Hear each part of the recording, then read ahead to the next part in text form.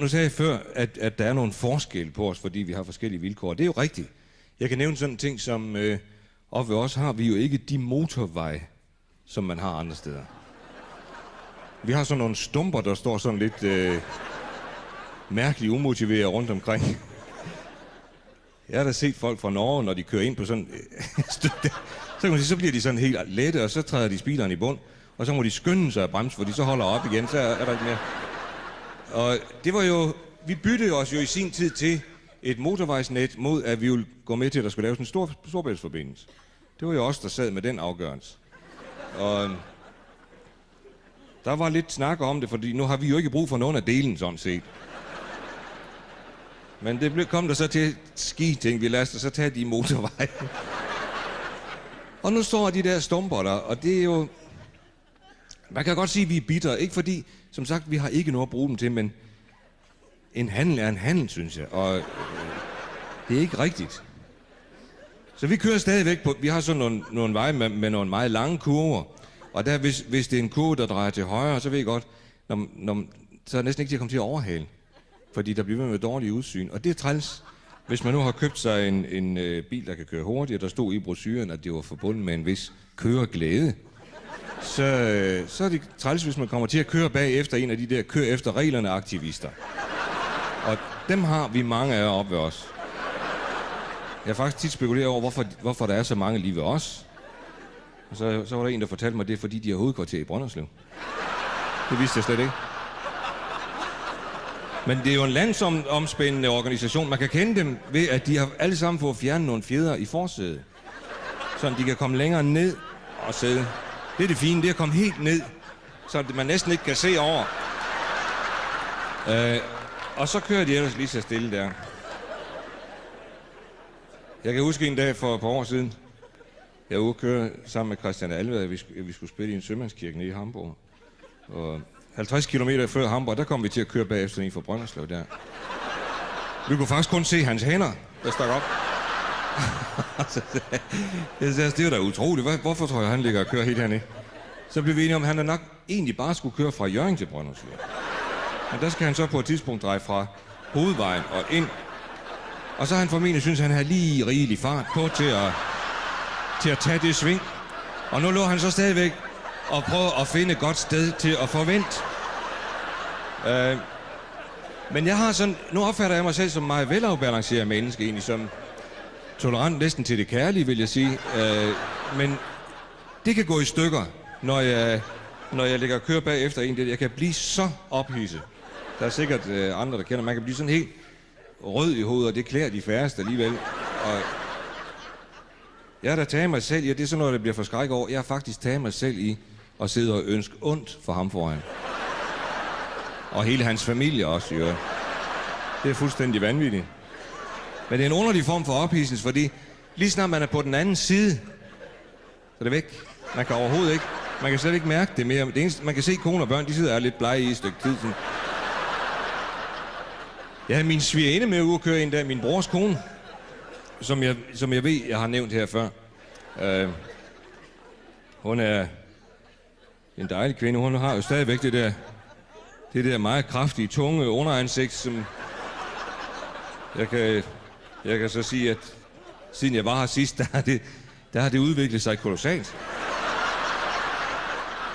Nu er hun faktisk nødt til for at skabe en illusion om ligevægt, så må hun tupere hår i nakken. Sådan.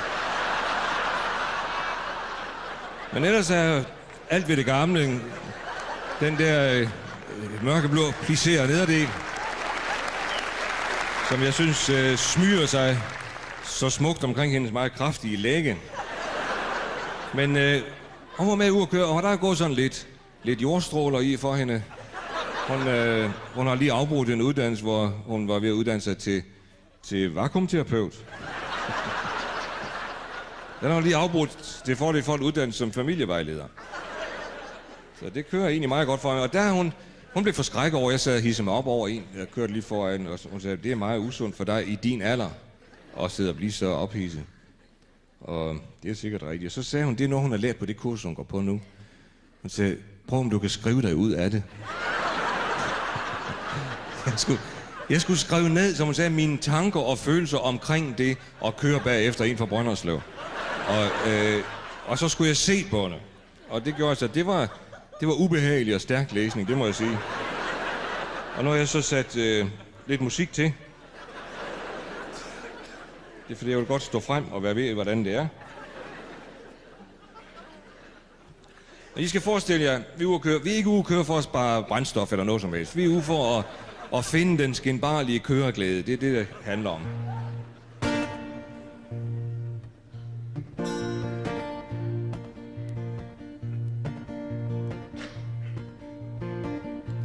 Motoren summer, asfalten synger, foran med tyre i stå idiot. Toyota Corolla, vaske for nylig. Det blanke blankt og det sorte sort. Hej, tyr forsigtigt.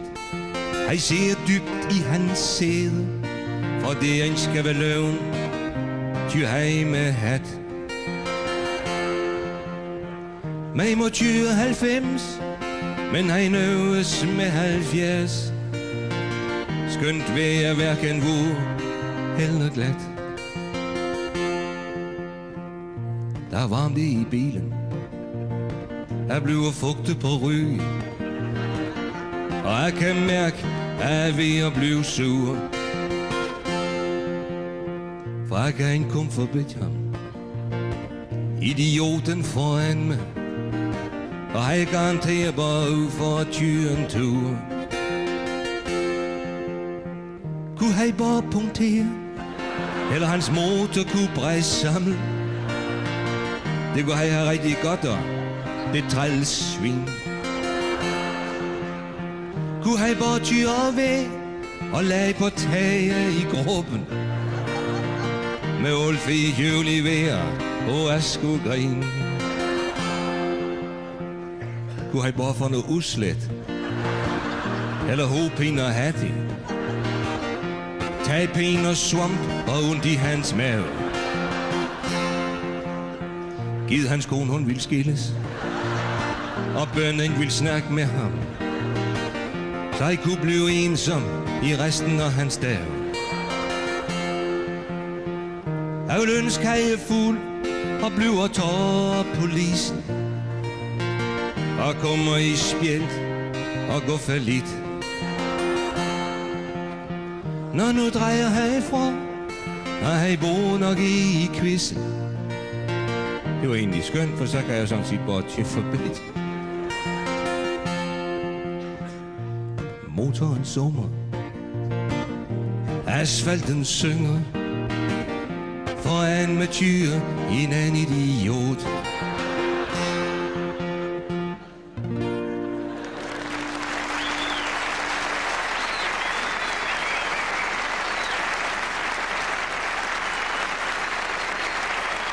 Tak skal I have.